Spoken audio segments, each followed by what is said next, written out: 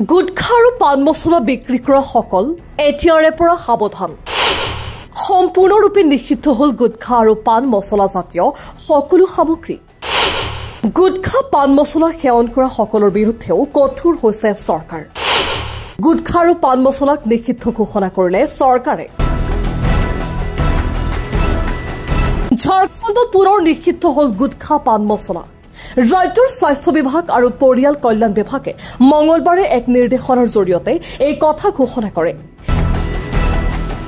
ইয়াৰ পূৰ্বেও ঝাৰখণ্ড চৰকাৰে ৰাজ্যত গুটখা পান মছলাৰ বিক্ৰী বন্ধ কৰি দিছিল। পাছত সেয়া প্ৰত্যাহাৰ কৰা হয়। এতিয়া পুনৰ এবছৰৰ বাবে এই নিষেধাজ্ঞা কাৰ্যকৰী হ'ব। মঙলবাৰে ঝাৰখণ্ড চৰকাৰে ঘোষণা কৰে যে ৰাজ্যত কমেও আগন্তুক এবছৰৰ বাবে ধঁপাতজাতীয় সামগ্ৰী গুটখাৰ উৎপাদন, মজুত, বিক্ৰী আৰু যোগান নিষিদ্ধ কৰা হ'ব। 2006 চনৰ খাদ্য সুৰক্ষা আৰু গুণগত মান আইনৰ 30(2)(a) ধাৰাৰ অধীনত এই নিৰ্দেশনা কাৰ্যকৰী কৰা হৈছে। সাধাৰণ ৰাইজৰ স্বাস্থ্য সুৰক্ষাৰ প্ৰতি লক্ষ্য ৰাখি পান মছলাৰ গুটখা বিক্ৰী আৰু যোগানৰ ওপৰত নিষেধাজ্ঞা আৰোপ কৰা হৈছে বুলি জাননীখনত উল্লেখ কৰা হৈছে।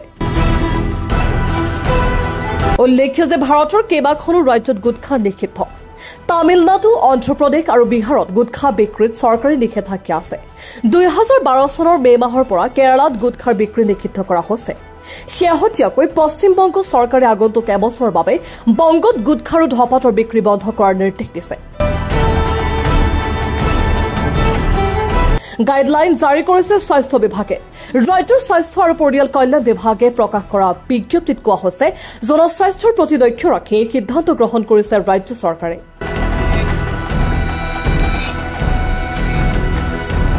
লগতে জনোৱা হৈছে 2011 চনৰ খাদ্য সুৰক্ষা আৰু গুণমান বিধিৰ বিক্ৰী নিয়ন্ত্ৰণ আৰু বিক্ৰী প্ৰতিৰোধৰ নিষেধাজ্ঞাৰ বিভিন্ন ধাৰা মানি এই পদক্ষেপ লোৱা হৈছে। অহা 7 নৱেম্বৰৰ পৰা এই নিষেধাজ্ঞা কাৰ্যকৰী হ'ব। News desk report, E-News Plus।